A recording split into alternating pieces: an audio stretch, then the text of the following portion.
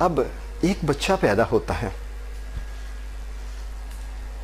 کیا وہ جانتا ہے یا سیکھ کے آیا ہے ماں کے پیٹ سے کہ غصہ کیا ہے، نفرت کیا ہے، غصہ کیا ہے، خوف کیا ہے، انزائٹی کیا ہے، لو سیلف اسٹیم کیا ہے، گلٹ کیا ہے؟ یعنی جتنے بھی نفسیاتی پرابلم جن کو ہم نے ڈسکس کیا اس کو پتا ہے؟ تو پھر کہاں سے وہ سیکھتا ہے؟ کون اس کو بتاتا ہے؟ اس کا مطلب ہے کہ سوسائٹی میں وہ اس کے سب سے پہلے اس کے سرپرست گارڈین، اس کے پیرنٹ، اس کے بعد اس کے ٹیچر، اس کے بعد ہمارے دینی رہنما، اس کے بعد ہمارے ماحول میں میڈیا، انٹرنیٹ، ٹیلی ویژن اور کتاب، پرنٹ میڈیا، یہ سارے اس کو انفارمیشن دے رہے ہیں۔ تو 3 طریقے ہیں ہمارے سیکھنے کے، چوتھا طریقے کو نہیں، 3 طریقے سیکھنے کے، اور وہ پہلا طریقہ ہے کہ ہم کسی چیز کو سن کر سیکھتے ہیں، وربل لینگویج، لوگوں کی بات کو سن کر سیکھتے ہیں۔ دوسری، ہم کسی چیز کی نقل کرتے ہیں، کاپی کرتے ہیں یا ماڈل کرتے ہیں۔ اور تیسرا یہ ہے کہ ہماری زندگی میں خاص واقعات ہوتے ہیں جن کا ہمارے اوپر اثرات مرتب ہو جاتے ہیں۔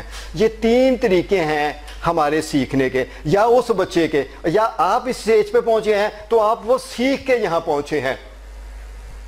اور نفسیاتی مسائل بھی جو ہیں، ایموشنل پرابلم بھی ہے، وہ بھی ہم اسی طرح سیکھتے ہیں۔ پہلی بات آگے وربل لینگویج۔ دیکھیے گا، ہماری زبان الفاظ سے مل کر بنتی ہے، اور الفاظ جو ہیں یہ ہمارے جذبات اور ہمارے یقین یا اعتقاد کی عکاسی کرتے ہیں۔ اور کہنے والا کیا کہنا چاہ رہا ہے یا وہ کیا کہتا ہے اور سننے والا اس کو کیا معنی دیتا ہے، یہ اس کی مرضی ہے۔ یہاں پہ ابہام پیدا ہو گیا، میں کچھ اور کہنا چاہ رہا ہوں، سننے والا کچھ اور سمجھ رہا ہے، اور جو وہ سمجھ رہا ہے وہ اسی پہ عمل کرے گا۔ تو یہاں پہ ابہام کی وجہ سے ہمارے اندر بے شمار پرابلمز پیدا ہوتے ہیں۔ اور پہلی بات آئی، عام طور پہ مائیں کیا کریں گی بچوں کو ڈرانے کے لیے، اوے اس کو جن والے کمرے میں بند کر دو۔ اب بچہ اس کو کیا معنی دیتا ہے، یہ اس کی مرضی ہے۔ یا تو جن کو بہت بڑی چیز بنا لیتا ہے، وہ اس کے اوپر یقین بھی کرنا شروع کر دے گا۔ اور آپ دیکھیے گا کہ ہماری زندگیوں میں اس طرح کے، میں نے چند ایک جملے لکھے ہیں، اس طرح کے جملے بڑے فریکوینٹلی بولے جاتے ہیں، اور لوگوں کو میں نے دیکھا ہے کہ 50-60 سال کی بھی عمر ہو گئی ہے تو ابھی بھی وہ ڈر رہے ہیں۔ ہاں ضرور ڈرائے، آپ کا سوال ہوگا کہ بچے کو کیسے ڈرایا جائے؟ وہ چیزیں ڈرائیں جس چیز کو آپ دکھا بھی سکتے ہیں، جس کا آپ اس کو جن کیسے دکھائیں گے آپ؟ یہ جملہ بولا گیا۔ اس کے بعد تم نے اکیلے باہر نہیں جانا، کیا یہ شائنس کا عنصر نہیں پیدا کرے گا، لو سیلف اسٹیم کا عنصر نہیں پیدا کرے گا؟ آپ اس کی وجہ نہیں بتا رہے۔ تو اس طرح کے جو جملے ہیں، معنی وہ دے رہا ہے، جس کو بولے جا رہے ہیں اس کی مرضی ہے کہ وہ کیا معنی دیتا ہے، لیکن کہنے والے کو، بولنے والے کو اس کے بارے میں کچھ علم نہیں ہوتا۔ لیکن کچھ عرصے کے بعد اس کے عمل سے پتہ چل جاتا ہے کہ وہ کس مسئلے میں پھنس گیا ہے۔ پھر اس کے بعد تمہاری یادداشت بھی باپ کی طرح بہت کمزور ہے، اس طرح کے بھی جملے سننے میں آتے ہیں۔ اب اس میں بچہ معنی کیا دے سکتا ہے؟ نمبر 1 کہ میری یادداشت کمزور رہے گی، دوسرا میرے باپ کی تھی تو ہو سکتا ہے میرے دادے کی بھی ہو، تو یہ ہمارا خاندانی مرض ہے، اور میں یہ لفظ لوگوں سے سنے ہیں، اور یہ ڈپریشن ہمارا خاندانی ہے۔ اب آپ دیکھیے گا کہ کیسے یہ ہماری چھوٹی سی غلطی نے ہمیں کہاں پہنچا دیا۔ اور پھر میرا بیٹا لڑکیوں کی طرح شرمیلا ہے، کسی سے بات نہیں کرتا۔ کیا میسج دے رہے ہیں آپ؟ پہلا میسج وہ معنی اپنی مرضی سے دے گا، آپ تو اس کو محفوظ رکھنا چاہ رہے ہیں، آپ اس کی تعریف دوسرے لفظوں میں کر رہے ہیں کہ یہ شرمیلا ہے، لیکن آپ تو اس کے کانفیڈنس کو شیک کر کے رکھ رہے ہیں۔ ایک تو یہ کہہ رہے ہیں اچھا میں لڑکی ہوں، یہ بھی وہ معنی دے سکتا ہے، یا میں لڑکیوں کی طرح ہوں، یہ بھی معنی دے سکتا ہے، یا میں بات نہیں کر سکتا، جو مرضی معنی دے۔ اور پھر اس کی زندگی کے اوپر اثرات ہو جائیں گے، اور ماں باپ زندگی چھوڑ کے چلے گئے، اس دنیا کو چھوڑ گئے، اور وہ بچہ اس پرابلم میں چل رہا ہے۔ میری ساری زندگی میں ناکام رہا ہوں، لیکن بیٹا تم نے کچھ بن کر دکھانا ہے. اب کیا میسج ہے؟ بچہ کیا دو معنی دے سکتا ہے، یہ بھی معنی دے سکتا. اچھا ابا جی تسی تے ناکام ہی رہے ہو تو مینوں کہندے ہو کامیاب ہو جا، یہ کس طرح ہو سکتا ہے؟ تو دوسری صورت یہ بھی معنی دے سکتا ہے کہ اچھا اگر آپ نہیں کامیاب ہوئے تو میں ہو کے دکھاتا ہوں. یہ اس کی مرضی ہے. تو ہمیں وہ جملے بولنے چاہیے جو بالکل کلیئر ہوں اور اس کا واضح گول نظر آتا ہو. اور اگر خوف زدہ کرنا ہے تو اس خوف کو کچھ عرصے کے بعد آپ ختم کریں. شوگر ایک جان لیوا مرض ہے. اب مجھے یہ بتائیے گا کہ جس کو پہلے دن ڈائیگنوز ہوتی ہے کہ آج مجھے شوگر ہے، وہ مر گیا کہ نہ مر گیا؟ اور میں نے دیکھے ہیں ایسے لوگ، دیکھے ہیں کہ اٹے کٹے بالکل ٹھیک ہے. وہ کیا ہوا یار آپ 6 مہینے میں وہ جی بس آپ کو پتا شوگر ہو گئی، اب تو پتہ نہیں زندگی رہنی بھی ہے کہ نہیں رہنی. تو یہ جملے میں کہتا ہوں کہ یہ جو صاحب دے رہے ہیں وہ ظلم کر رہے ہیں لوگوں کے ساتھ کہ بھئی یہ جملے ایسے جملے، اور صرف اس لیے کہ مجھے پیسے مل جائیں، اپنے پرپس کے لیے لکھ رہے ہیں یہ جملے. تو ان جملوں کو سمجھنا ہماری ذمہ داری ہے. اور آپ تو اچھا یہ اب آپ بڑی مزیدار انٹرسٹنگ بات ہے کہ ہم جب کسی مریض کی خبر لینے جاتے ہیں، ٹھیک ہے، اور ہاسپٹل کے باہر یا اس مریض سے باہر ہم کھلکھلا کے ہنس رہے ہوتے ہیں، ٹھیک ہے، اور جو ہی اندر جاتے ہیں سب سے پہلے اپنے آپ کو اس طرح کرتے ہیں، اپنے آپ کو اداس پریشان کر لیں گے اور پھر ہم اس سے بات کریں گے. اوہ ہو بہت ہی کمزور ہو گئے، آپ کا تو رنگ بھی پیلا پڑ گیا ہے، اوہ ہو آپ نے مجھے اطلاع کی ہوتی میں پہنچ جاتا. آپ کیا ظلم کر رہے ہیں؟ اب اس کو کیا معنی دے رہا ہے وہ، یہ اس کی مرضی ہے.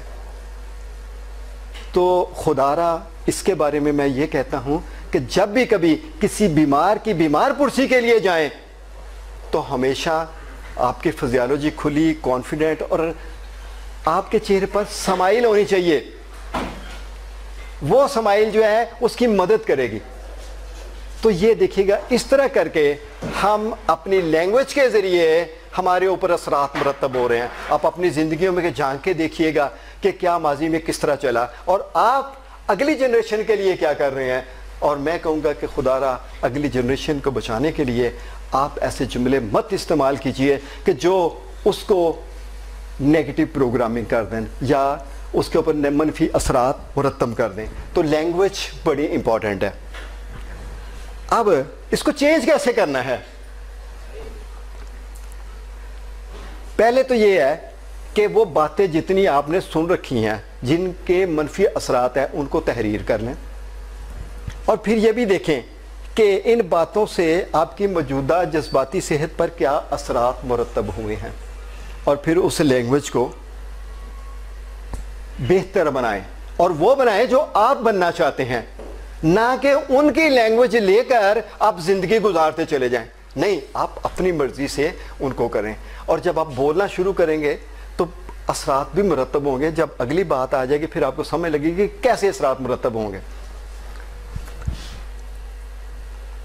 دوسرا ذریعہ ہے آپ کا ماڈل کرنے کا، کاپی کرنے کا یا نقل کرنے کا.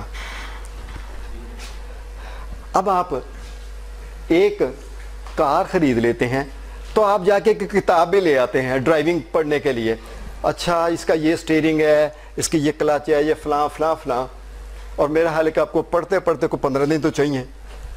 اور اگر میں روا اسلم صاحب کے پاس آتا ہوں، میں کہتا ہوں جی روا صاحب میں نے گاڑی سیکھنی ہے، کہتے ہیں آئیے 2 منٹ کی بات ہے. یہ مجھے کہیں گے یہ اس کا سٹیئرنگ ہے، یہ اس کا ہارن ہے، یہ اس کا ایکسیلریٹر ہے، یہ اس کی کلچ ہے، اور یہ ساری چیزیں. اب میں نے 2 4 5 منٹ میں کام کر لیا. تو سب سے جو ایزیسٹ طریقہ ہے وہ ہے ماڈل کرنا یا نقل کرنا یا فالو کرنا. ہم کسی کو فالو کر کے بڑی جلدی سیکھ سکتے ہیں. اب اس کے بارے میں کچھ جملے میں نے لکھے ہیں کہ جو ہمارے آباء و اجداد تھے، موجودہ پیرنٹ یا اس سے بڑے، کیا وہ مستقل مزاج تھے کہ غیر مستقل مزاج تھے؟ اب دیکھیے گا کہ یہ اثرات مرتب ہو رہے ہیں ہماری زندگیوں میں. صحت مند تھے یا کسی دائمی مرض میں مبتلا تھے. او جی مجھے بھی شوگر ہے، میرے باپ کو بھی تھی، میرے نانا کو بھی تھی، میرے دادا کو بھی تھی. اب وہ اپنے مائنڈ سیٹ کو اسی طرح کر رہے ہیں. پھر باہمت تھے یا حوصلہ ہار جانے والے تھے، اس کے اثرات مرتب ہوں گے، آپ کریں نہ کریں. وہ ایک ٹی وی پہ خالی یاد ہوگا آپ کو بھی، اشتہار آیا کرتا تھا نو سموکنگ کے بارے میں، کہ باپ سموکنگ کرتا ہے تو ایک چھوٹا سا بچہ ہارڈلی کوئی 6 مہینے کا دکھایا کہ بیٹھتا ہی ہے جائے تو وہ پینسل لے کے منہ میں ڈال رہا ہے.